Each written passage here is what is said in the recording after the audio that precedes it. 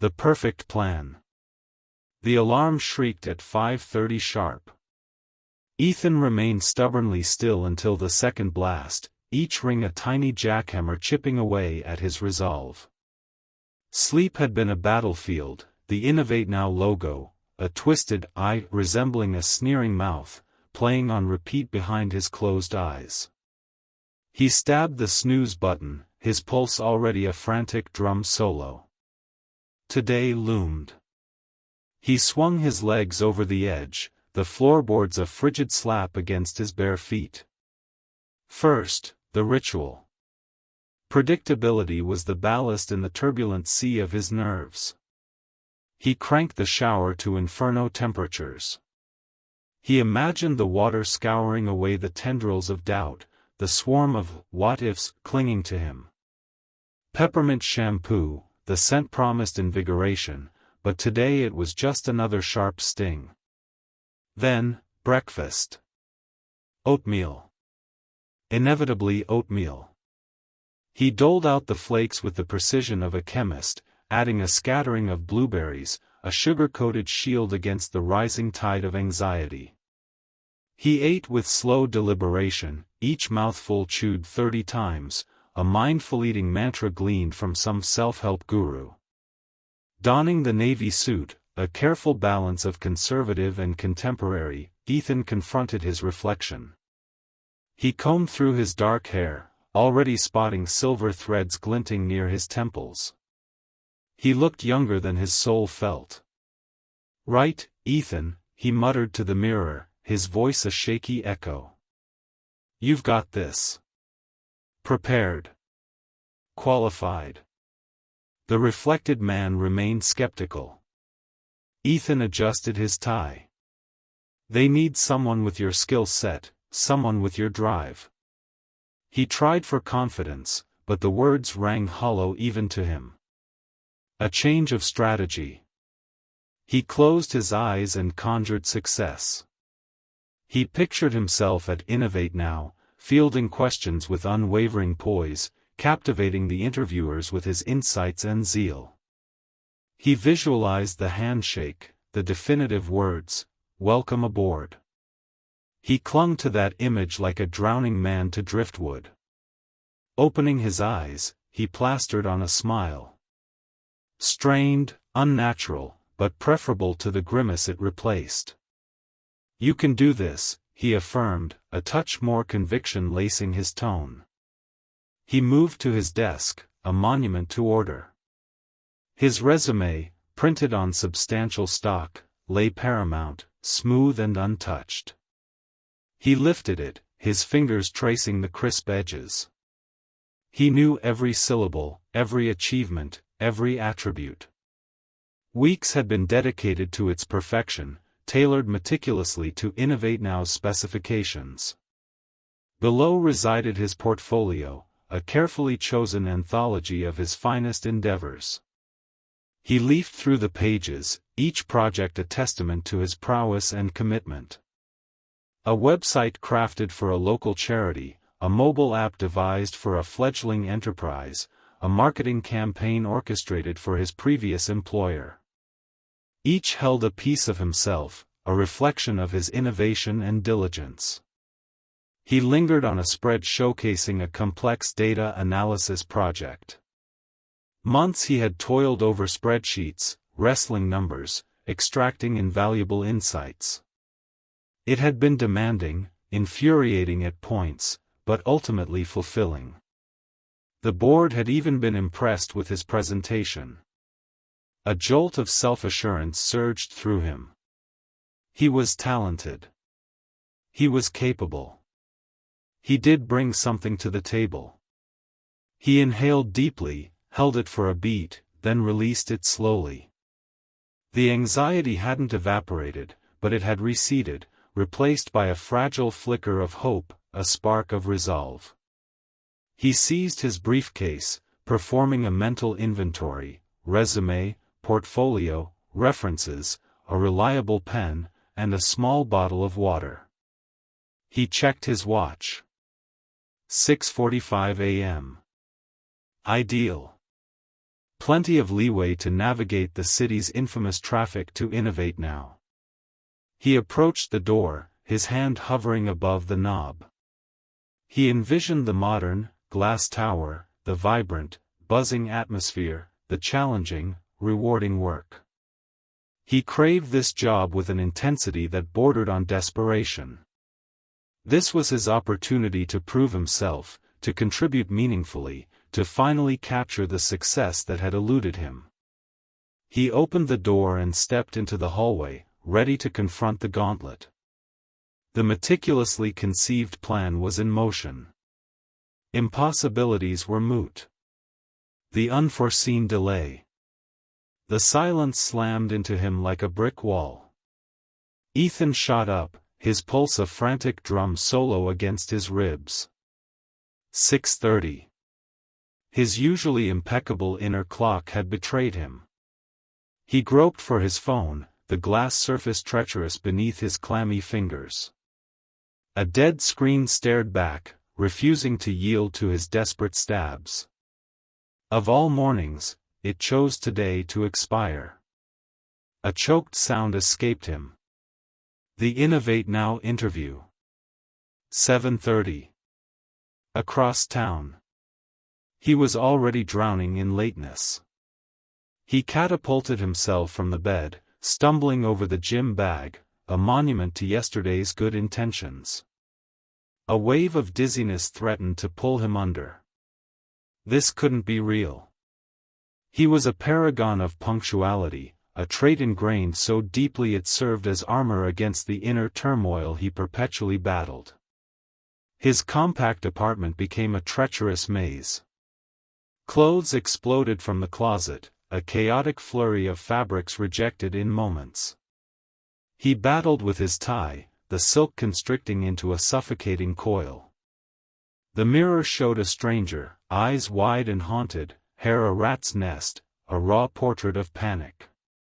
"Easy, Ethan," he rasped, the words a fragile lifeline. "You can still claw this back." He abandoned his meticulous shaving ritual, opting for a rough, abbreviated pass that left a trail of angry red dots.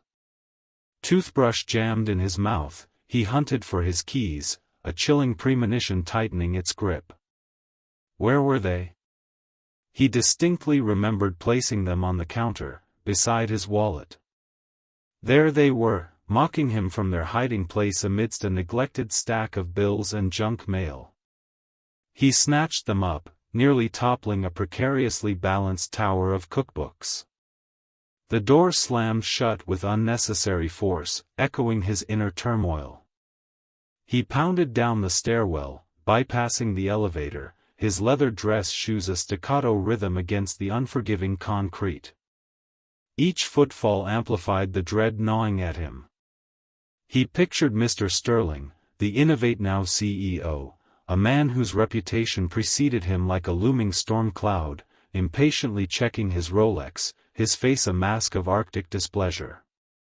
Outside, the city roared to life, a symphony of impatient horns and hurried footsteps. He fumbled with the car key, the remote refusing to respond. Finally, the locks clicked open. He plunged into the driver's seat, adrenaline searing through him. The engine whined, coughed pathetically, and then died. Ethan stared at the dashboard, jaw slack. Empty.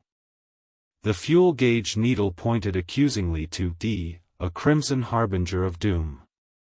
He'd been meaning to refuel for days, always postponing it for later. Later had arrived, bearing the worst possible consequences. A curse, raw and unfamiliar, tore from his throat. Abandoning the vehicle, he sprinted toward the nearest bus stop, his tie whipping behind him like a distressed banner. The digital sign flashed, next bus in 18 minutes. 18 minutes. An age. He briefly considered hailing a cab, but the avenue flowed with yellow vehicles, each occupied. He reached for his phone, the realization of its demise hitting him anew. Panic threatened to suffocate him. He was going to miss it. All the preparation, the late nights, the carefully crafted answers, dissolving into nothing. He began to run, dodging the morning commuters on the sidewalk. He blocked out the glares, the muttered complaints, his focus solely on the distant, gleaming tower of Innovate Now, a beacon of hope against a rising tide of despair.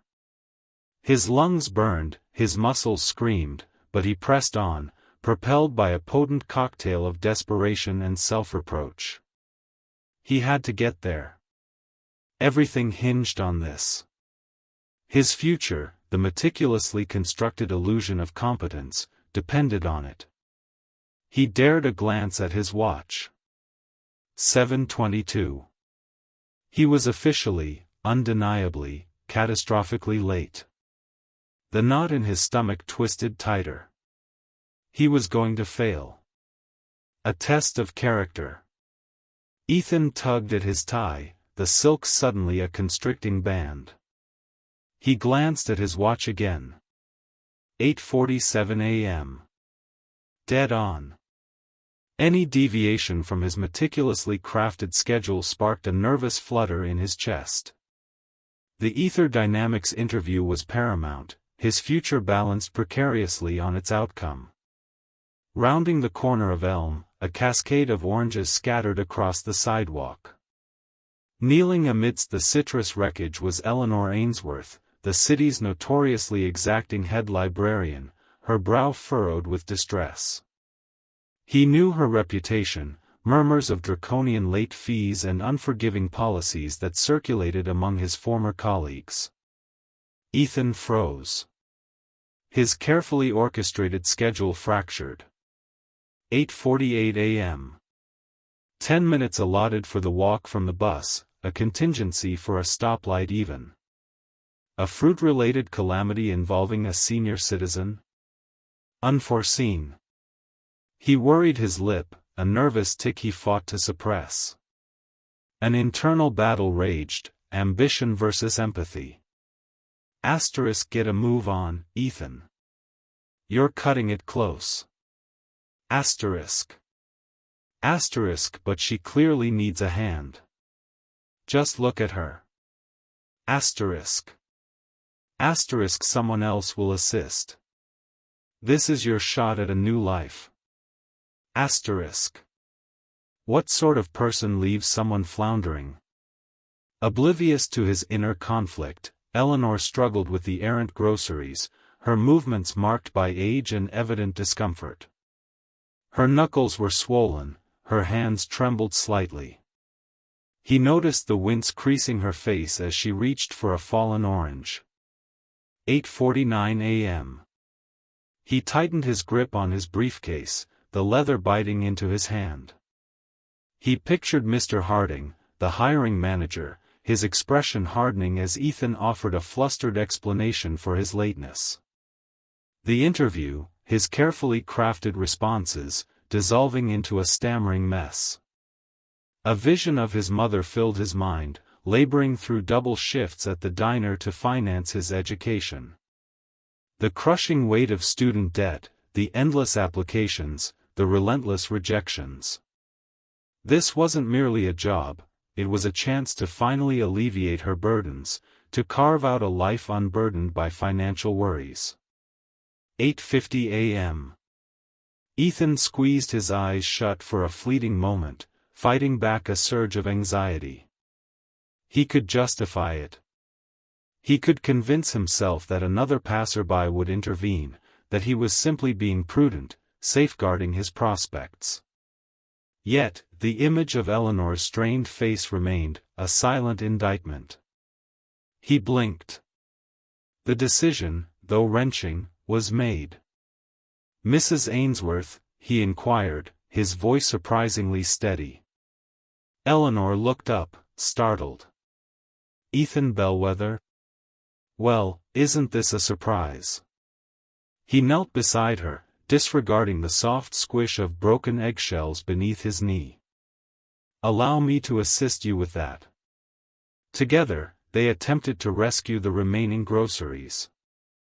Most of the eggs were beyond saving, and several oranges bore the bruises of their fall, but the rest seemed salvageable. He offered to carry the bag the short block to her apartment. During their short stroll, Eleanor, remarkably, offered no reproach for his tardiness or the egg staining his pants. Instead, she inquired about his interview. Ether Dynamics, you say? A formidable company, though reputed to be rather demanding. Ethan elaborated on the position, his voice betraying a nervous tension he struggled to mask. He felt the interview receding further with each step. Reaching her building, Eleanor offered, "Thank you, Ethan. You're a kind young man." There was a newfound warmth to her tone. He mustered a weak smile. "I only hope I haven't jeopardized my chances." Eleanor scrutinized him thoughtfully, her gaze keen and perceptive. Character, Mr. Bellwether, often reveals itself in unexpected moments. She paused. "It's also more precious than any occupation." He watched her vanish into the building, the laden grocery bag swaying gently. He checked his watch. 9:03 a.m. The interview was almost certainly lost. He drew a deep breath, the city air feeling suddenly thick and oppressive. He had made his choice.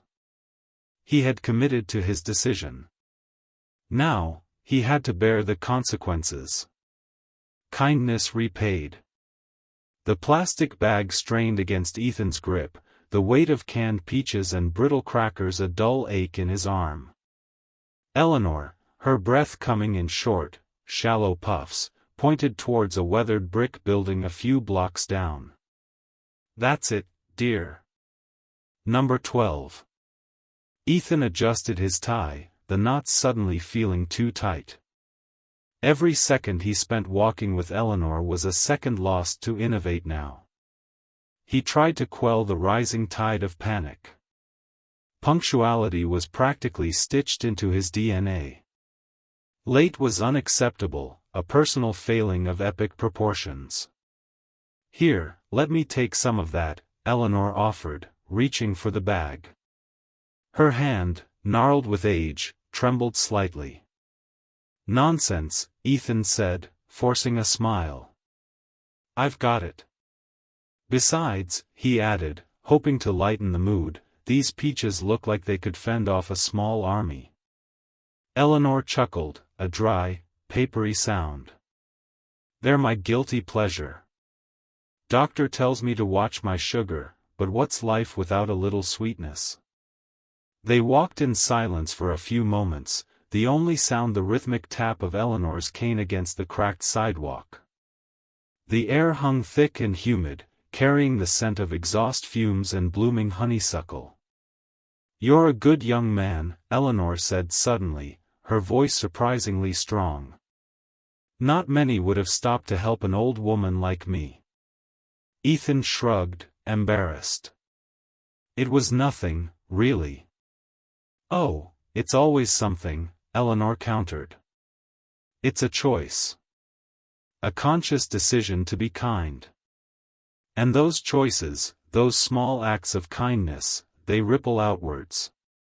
They change the world, little by little." Her words struck a chord within him, a quiet affirmation of the values he held dear. He thought of his father, always ready with a helping hand, and his mother, whose empathy knew no bounds. They had instilled in him a sense of responsibility, a belief that even the smallest gesture could make a difference. "I try," Ethan said softly. "But sometimes it feels like the world doesn't reward kindness." Eleanor stopped walking, her eyes, a faded blue, fixed on his. "The world rewards what it values. And right now, it values ambition and power above all else. But that doesn't mean kindness is worthless. It's a currency of a different kind, a currency of the heart. And it pays dividends you can't even imagine." They reached the entrance to her building, a narrow doorway tucked between a bustling deli and a dusty antique shop. Ethan followed her up a creaking staircase, the smell of old wood and mothballs filling the air. Finally, they arrived at her apartment, a small, cozy space filled with overflowing bookshelves and antique furniture. He set the groceries on a small table near the window. "Thank you, dear," Eleanor said, her voice filled with genuine gratitude. "You've been a lifesaver. Would you like a cup of tea?" Ethan glanced at his watch. He was already catastrophically late. "I really appreciate the offer, but I have to run. I have an appointment." "Of course, dear. Good luck with it." She smiled, a network of wrinkles crinkling around her eyes. "Remember what I said about kindness." He nodded, a lump forming in his throat. "I will. Thank you, Eleanor." He practically flew down the stairs, bursting out onto the street and hailing the first taxi he saw. "Innovate now on Market Street, please. And step on it." The taxi lurched forward, weaving through the city traffic. Ethan chewed on his lip, his anxiety reaching fever pitch. He ran through his interview answers in his head, second-guessing every word, every gesture. He pictured Mr. Sterling's stern face, the disappointment etched into his features. The Innovate Now building loomed into view, a gleaming tower of glass and steel. He paid the driver, practically throwing the money at him, and sprinted inside. The receptionist, a young woman with perfectly coiffed hair and an unervingly cheerful smile, looked up as he approached. "Ethan Bellwether? You're late." He swallowed hard. "I know, I'm so sorry. There was an emergency. But I'm here now. Can I still see Mr. Sterling?" Her smile didn't waver, but her eyes held a flicker of something that looked suspiciously like pity. Mr. Sterling had to leave. He had another appointment. And unfortunately, she paused, her voice saccharine sweet, the position has been filled. The weight of regret. The setting sun cast long, accusing shadows as Ethan trudged homeward. Each step felt heavier than the last, weighted down by the morning's disastrous turn of events. The crisp autumn air, usually invigorating, felt like a slap in the face, a reminder of his idiocy. He replayed the events in his mind, each detail etched in agonizing clarity. The bustling city streets mocked him with their indifferent energy, everyone rushing somewhere important, unlike him, who was just rushing away from failure. He remembered the crisp rustle of the resume clutched in his hand, the starched collar of his shirt suddenly feeling too tight. He'd been so meticulously prepared, rehearsing answers, visualizing success. Then, the frail figure on the sidewalk, the trembling hand reaching out. Eleanor.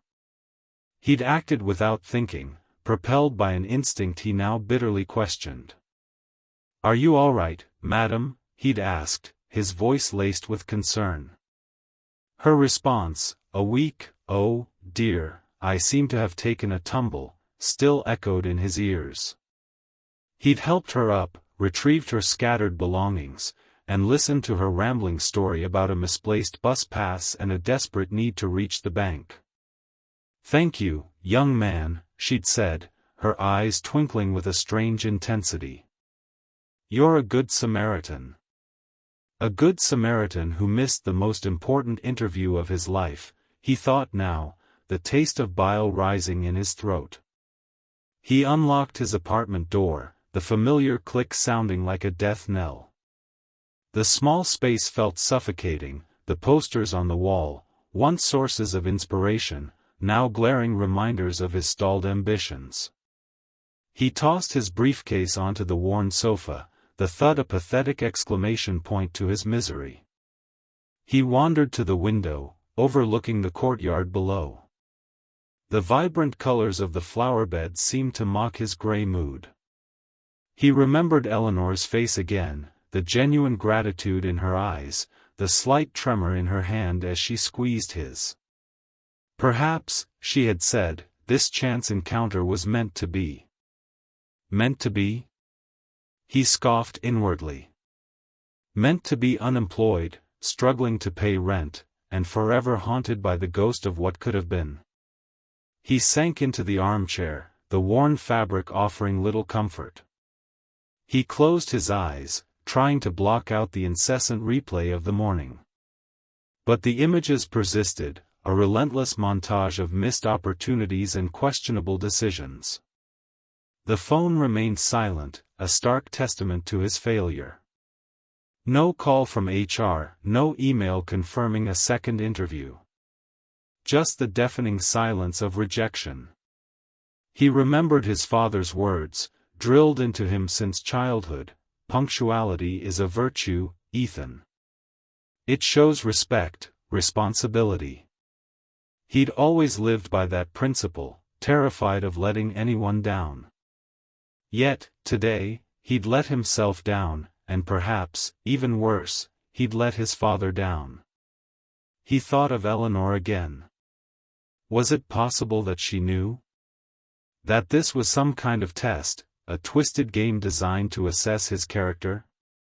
The idea, however absurd, offered a sliver of hope, a fragile lifeline in a sea of despair. But even that hope was tainted with doubt. He'd acted impulsively, driven by empathy, not by calculation. He sat there for what felt like hours, the weight of regret pressing down on him like a physical burden. The room grew darker, the shadows deepening, mirroring the gloom in his heart. He was lost in the labyrinth of his own mind, trapped between the noble act and its devastating consequences. The only certainty was the gnawing feeling that he had irrevocably altered the course of his life, all for a fleeting moment of kindness. And now, he had to figure out how to live with the weight of that decision. A mysterious invitation. The phone's shrill cry shattered the pre-dawn quiet like a dropped mirror. Groaning, Ethan groped for the device, his hand splashing into a puddle of forgotten water. A muttered curse escaped as he dabbed at the spreading dampness with the bedsheets. The screen blazed, unknown number. He debated ignoring it. A misdial, likely. Or a predatory vendor peddling dreams he couldn't afford. Yet, a fragile ember of anticipation sparked within him. He answered, his voice raspy with sleep. "Hello? Ethan Bellwether?" The voice was a polished, almost unnerving androgyny, devoid of any discernible accent. "Speaking." He straightened, shoving aside the clammy sheets. "We are aware of your current search for employment." Ethan's pulse quickened, a hopeful flutter in his chest. "That's correct." He strove for nonchalance, fearing his desperation betrayed him. "An associate wishes to meet with you for a preliminary discussion." "Concerning what, exactly?" Suspicion clashed with rising hope. He envisioned a contrite Mrs. Albright, somehow arranging a second look. An unlikely scenario, yet he clung to the possibility. "The associate prefers to maintain discretion. Details will be disclosed at the meeting." Discretion? The word lingered, laden with implications.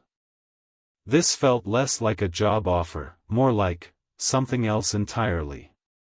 "What sort of position is it?" "Suffice to say, your unique talents have attracted attention." A pause, thick with unspoken words, followed. "Are you free tomorrow evening?" Ethan faltered. His stomach twisted with a blend of excitement and unease. He should demand clarity, insist on specifics. But the alternative, another day scrolling through vacant job postings and deflecting his mother's worried inquiries, was too grim to bear. He craved this. He needed an escape from the drudgery of repeated setbacks. Yes, he breathed, the word barely audible. I'm available. Excellent. The location will arrive via email. Punctuality is paramount, Mr. Bellwether. Our associate values it highly. The line disconnected. Ethan stared at the phone, his reflection a mask of confusion. He bolted from the bed, ignoring the chill clinging to his skin, and lunged for his laptop. He refreshed his inbox. Empty. He checked again. Still barren. He roamed his cramped apartment, the worn rug a coarse caress against his soles. Who was this mysterious associate? What was this clandestine opportunity? His mind conjured images of figures shrouded in shadows, exchanging veiled comments and engaging in secret bargains. The scenarios were ludicrous, ripped from the pages of a cheap paperback, yet they fueled his mounting anxiety. He recalled the interview he'd missed. The embarrassment still burned, a fresh, unhealed wound. He'd been so close, so certain. Now, he was reduced to accepting cryptic invitations from unknown entities. At last, an email materialized. The sender's address was a random string of characters, utterly untraceable.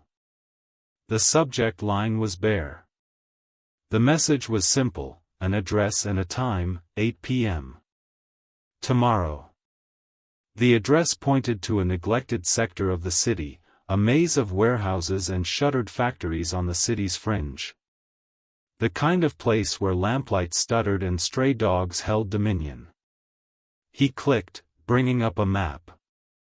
The pinpoint landed on an unremarkable building, devoid of any branding. A featureless brick shell. Ethan shut the laptop, a tight knot forming in his gut. This was madness.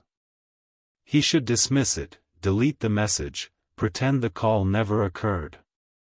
But the memory of Mrs. Albright's compassion, the fleeting taste of a promising career he'd almost seized, propelled him forward.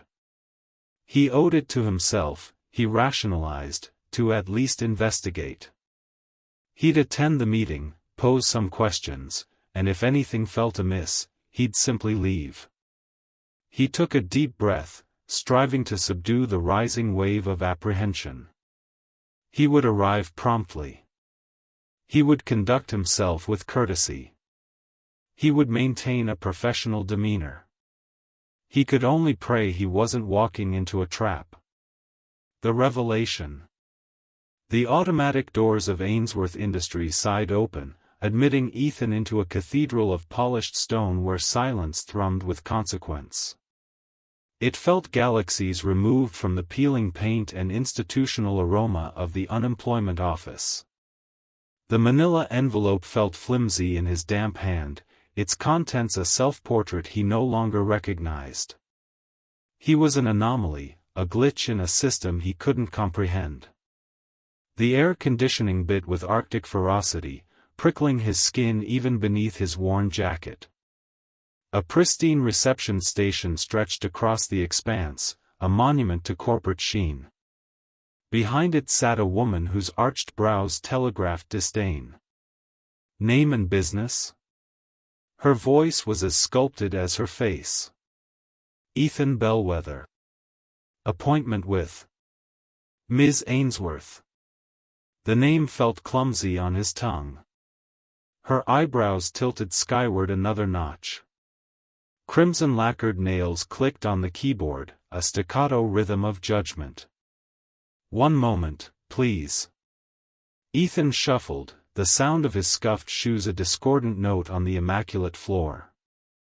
Around him, figures in bespoke suits flowed with practiced ease, murmuring into phones.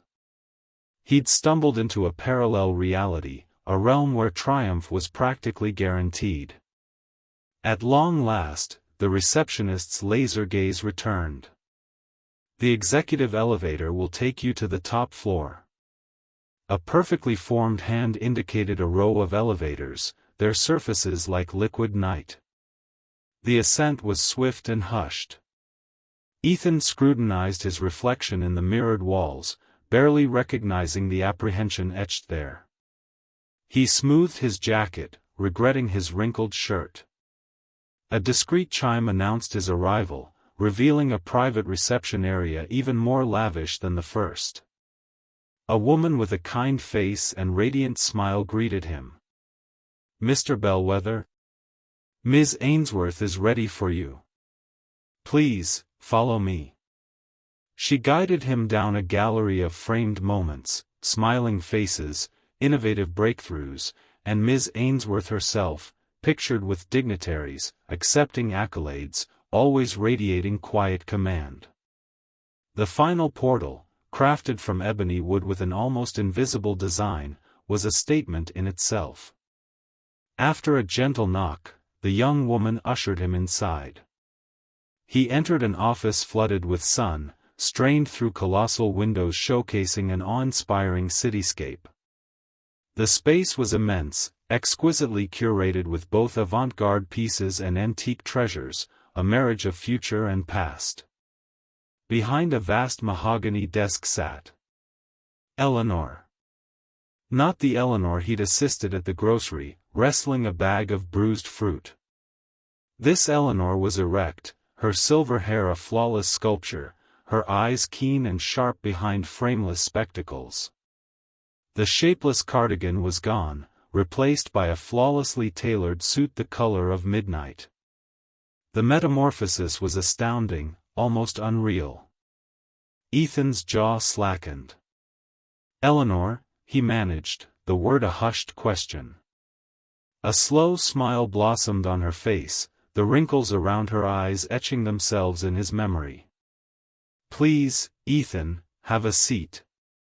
The voice, still kind, now resonated with undeniable power. He lowered himself into the plush chair, his thoughts in turmoil. It couldn't be the same person. Could it? Surprised, she inquired, her eyes dancing. He could only nod, speechless. "I believe an explanation is in order," she began, leaning back. "Eleanor Ainsworth is indeed my name. And I hold the position of CEO at Ainsworth Industries." The words resonated in the room, potent with meaning. A dizzying wave washed over Ethan. The groceries," he croaked. Eleanor chuckled, a warm sound that eased his tension. "A ruse, I confess. A rather unconventional method of talent acquisition." "Talent? For what?" "For this," she swept her hand, indicating the corporation itself. "For a position of significant importance within Ainsworth Industries. I seek an individual with specific attributes, qualities difficult to gauge from resumes or conventional interviews." Ethan simply stared, his mind struggling to catch up. He had forfeited an interview for a dismal warehouse job to assist her with spilled groceries. And that was the interview? The spilled groceries, Eleanor continued, her voice pensive, were an assessment. An assessment of character, of empathy, of fundamental, human decency. I needed to discern if someone would offer aid, without expectation of reward. You, Ethan, were unique in your response. The realization crashed over him. He had unwittingly aced a test he hadn't known existed, a test that had somehow catapulted him into the executive suite of a Fortune 500 company. His life had pivoted, irrevocably. "But I don't understand," he stammered, overwhelmed. "I'm just me. No experience, no qualifications." Eleanor smiled, a knowing, almost mischievous smile. "That, Ethan, is where you err. You possess something far more precious than credentials or experience. You possess kindness. And that, my dear boy, is precisely the ingredient Ainsworth Industries needs. An unexpected opportunity. Ethan Bellwether? The question, laced with surprised inflection, cut through the cottony haze in his head. He blinked, zeroing in on the woman across the cramped table. Eleanor Ainsworth, the town librarian, the benefactor of his impulsive grocery-saving mission. Yes, he rasped, his mouth suddenly desert dry. The clinic's antiseptic atmosphere felt oppressive, the walls closing in. He'd sought a routine checkup, a futile attempt to reassure himself after the interview debacle, and instead, this encounter. Eleanor's sapphire eyes, though framed by wrinkles, possessed a disconcerting intensity. She tented her fingers, her expression enigmatic. "I've made inquiries." His gut clenched. Inquiries? About him? He was a nobody, a bookstore clerk striving for upward mobility, a climb he'd face-planted from. "I am, indeed, Eleanor Ainsworth, of Ainsworth Industries." She announced this as if mentioning a delayed mail delivery, nothing more. Ethan swallowed hard. I'm at a loss. I've observed you, Mr. Bellwether, since the pickle incident, and even before. Your library patronage, your consistent politeness, and your evident inner fortitude. The way you navigated that grocery mishap. It illuminated unexpected qualities. He recalled the shattered jar, the rogue tomatoes scattering across the asphalt, the raw alarm in Eleanor's gaze. He'd acted without thinking. Anyone would have. "I am offering you a position, Mr. Bellwether, a management trainee role at Ainsworth Industries."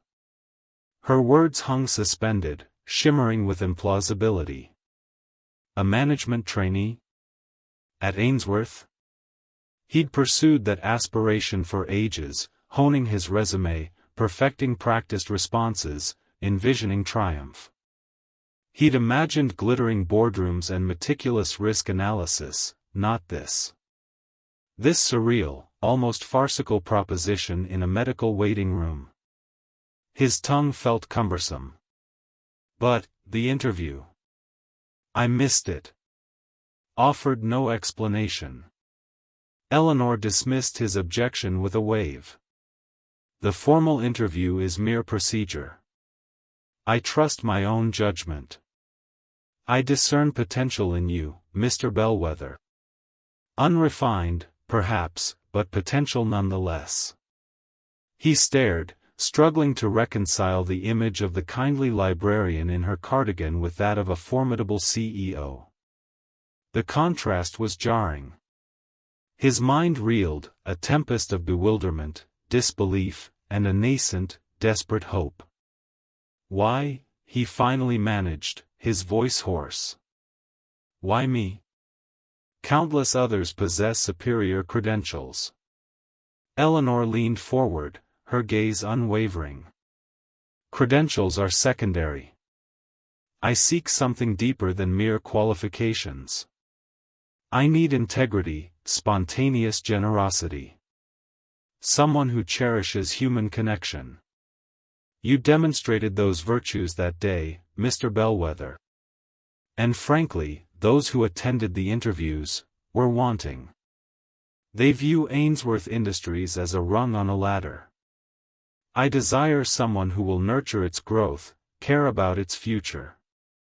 His throat tightened. The sheer audacity of the offer was stunning. This was lunacy. He should bolt. It was some elaborate game, a test. Yet, a small, rebellious voice within him screamed, "Take it." He glanced down at his hands, roughened from handling books, then back at Eleanor. Her expression was steady, expectant. This was his opening. An undeserved second chance, presented to him nonetheless. He inhaled deeply, the sterile air now infused with the scent of possibility. The weight of the missed interview, the crushing disappointment, dissipated, replaced by a jolt of nervous energy. "Ms. Ainsworth," he replied, his voice gaining resolve. I accept. I accept your proposition." A faint, almost imperceptible smile played on Eleanor's lips. "Excellent, Mr. Bellwether. Such opportunities are rare indeed." She rose, smoothing wrinkles from her skirt. "My assistant, Mr. Davies, will contact you with the particulars. Prepare yourself, Mr. Bellwether. Your existence is poised for transformation." And with that, Eleanor Ainsworth departed the waiting room, leaving Ethan Bellwether both stunned and irrevocably launched into a future he could never have predicted. The clinic, once a symbol of his anxieties, now felt like a rocket's launch pad. He had no idea where he was headed, but an inner certainty told him he was ready for the ride. Beyond the interview. The management trainee position at Ainsworth Industries wasn't just a job, it was a plunge into the deep end. Ethan soon found himself navigating a complex ecosystem of spreadsheets, strategic blueprints, and high-stakes negotiations. Initial nervousness gave way to an unquenchable thirst for knowledge. He absorbed information like parched earth drinks rain, burning the midnight oil as he dissected market trends and combed through fiscal reports. He wasn't just punching a clock, he was constructing a future, broadening his horizons, and, against all odds, flourishing. His days unfolded as a tapestry woven with threads of observation, shadowing seasoned executives, participation, attending meetings where he primarily listened and learned, and execution, tackling small assignments that progressively demanded greater skill and carried more weight. He proved adept at untangling knotty problems, his innate sensitivity enabling him to foresee potential clashes and forge win-win compromises. He wasn't shy about posing questions, a habit some of his long-tenured colleagues seemed to have discarded along the way. Before long, his presence began to resonate throughout the company. He revamped a customer service protocol, slashing complaint resolution times by 15%. He spotted a loophole within a supply chain agreement that yielded considerable savings for the firm. His efforts didn't go unnoticed, earning praise not only from his immediate superiors, but from Eleanor herself. Eleanor Ainsworth transcended the role of CEO in Ethan's eyes, she became a guiding star. She prioritized time for him, frequently inviting him to lunch in the bustling company cafeteria or arranging quick check-ins to review his progress and offer her insights. These weren't stiff, corporate rituals. They were genuine dialogues, peppered with stories from her own professional journey and keen perspectives on the business landscape.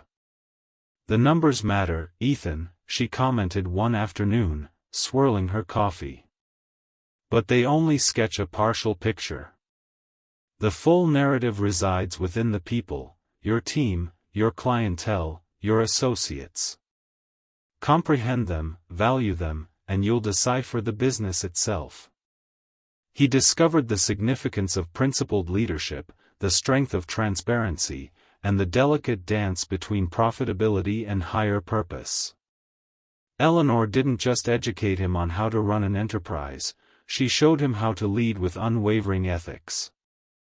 One evening, long after the office noise subsided, Ethan wrestled with a particularly thorny task. Eleanor drifted past his doorway, pausing as she noticed him immersed in his computer screen.